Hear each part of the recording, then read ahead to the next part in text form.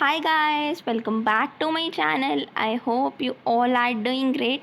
So today I'm coming back with a new video. जैसा कि last video में हमने सिलेबस को डिस्कस किया था, तो आज हम अपनी सीरीज़ को स्टार्ट करने जा रहे हैं. So let's get started. First chapter में क्या दिया हुआ है आपको? ICAI के बारे में दिया हुआ है.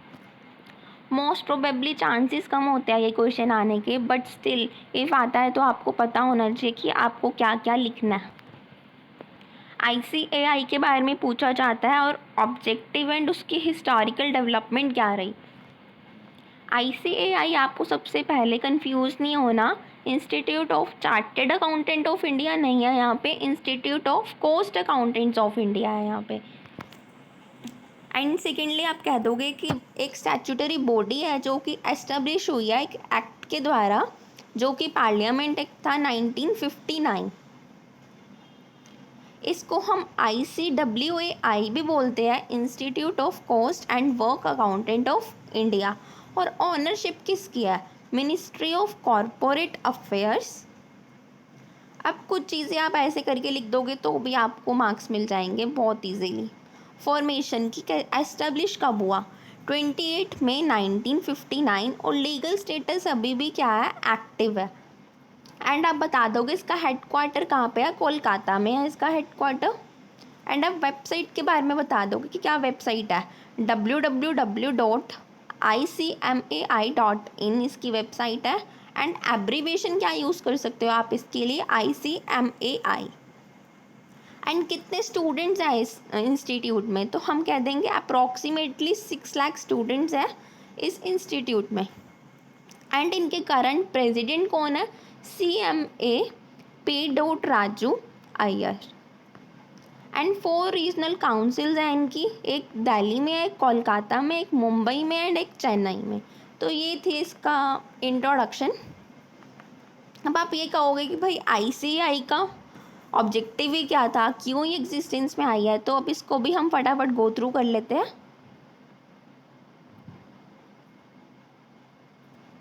फर्स्टली ऑब्जेक्टिव्स की बात करें तो इसका मेन पर्पस यही था, प्रमोट करना, रेगुलेट करना और डेवलप करना अकाउंटिंग प्रोफेशन को.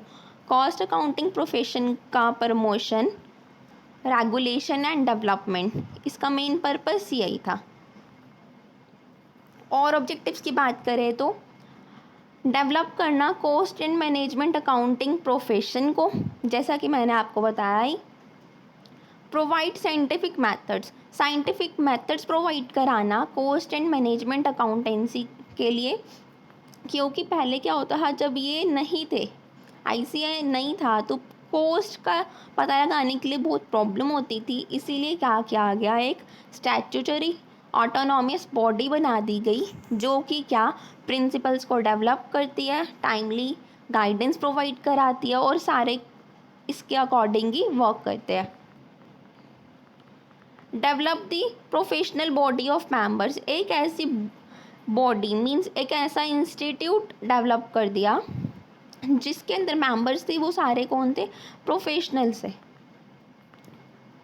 Development of cost and management accounting principles, develop करना, मैंने बताया जैसे आपको, अकाउंटिंग प्रिंसिपल्स को डेवलप करना और मैनेजमेंट के प्रिंसिपल्स को डेवलप करना. लाइक फाइनेंशियल अकाउंटिंग्स में हमारे प्रिंसिपल्स है, वैसे इसके अपने प्रिंसिपल्स है. सुपरविज़न ऑफ मेंबर्स का सुपरविज़न करना. और seminars and research and publication. That's all. ये आपके ऑब्जेक्टिव्स थे, आप इनको 1-1, 2-2 लाइन में और डिस्क्राइब कर सकते हो. अब हिस्टोरिकल डेवलपमेंट की बात करें तो पहले क्या होता था, कॉस्ट का पता लगाने के लिए प्रॉब्लम होती थी, इसीलिए क्या गया, एक ऑटोनॉमस बॉडी बना दी गई. अब हम मेन हमारा यहाँ से स्टार्ट होता है. इन 1944 ICAI फॉर्म हुआ. कैसे फॉर्म हुआ? रजिस्टर्ड लिमिटेड कंपनी थी, जो कि किसके अंडर रजिस्टर्ड थी? कंपनीज एक्ट 1913, नॉट 2013, क्योंकि 1944 में इस्टेब्लिश हुआ तो 1913 कंपनीज एक्ट के अंदर रजिस्टर्ड थी. फिर 1959 28 में 1959 को क्या हुआ, इस इंस्टीट्यूशन को एक स्टैट्यूटरी रिकॉग्नाइजेशन मिल गई एज ICMAI. प्रीवियसली इसको क्या कहते थे, ICWAI, institute of cost and work accountant of India. Main objective वही है इसके, promoting, regulating and developing cost accounting profession को इंडिया में। ICAI ही एक ऐसी बॉडी है जो कि किसको रेगुलेट करती है, कॉस्ट एंड मैनेजमेंट अकाउंटेंसी।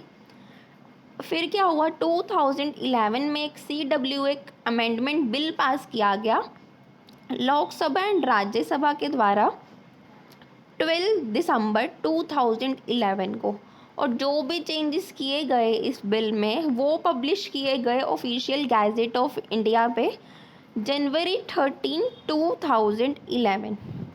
सो ये था हमारा क्वेश्चन। आई होप आपको क्लियर हो गया होगा। अगर आप इतना भी लिखाते हो तो सफिशिएंट है ये। अगर आपको कोई प्रॉब्लम है तो कमेंट बॉक्स में पूछ सकते हो। Thank you for watching.